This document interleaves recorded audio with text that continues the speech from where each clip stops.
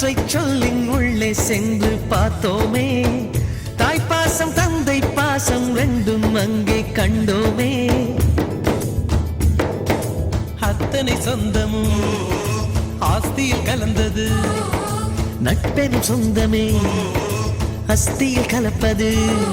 ஒரு சின்ன வேதனை வந்தாலும் தலை கோதுகின்ற கை நண்பன் கை. நாம் என்ன சாதனை செய்தாலும் அது நண்பன் தருகிற நம்பிக்கை.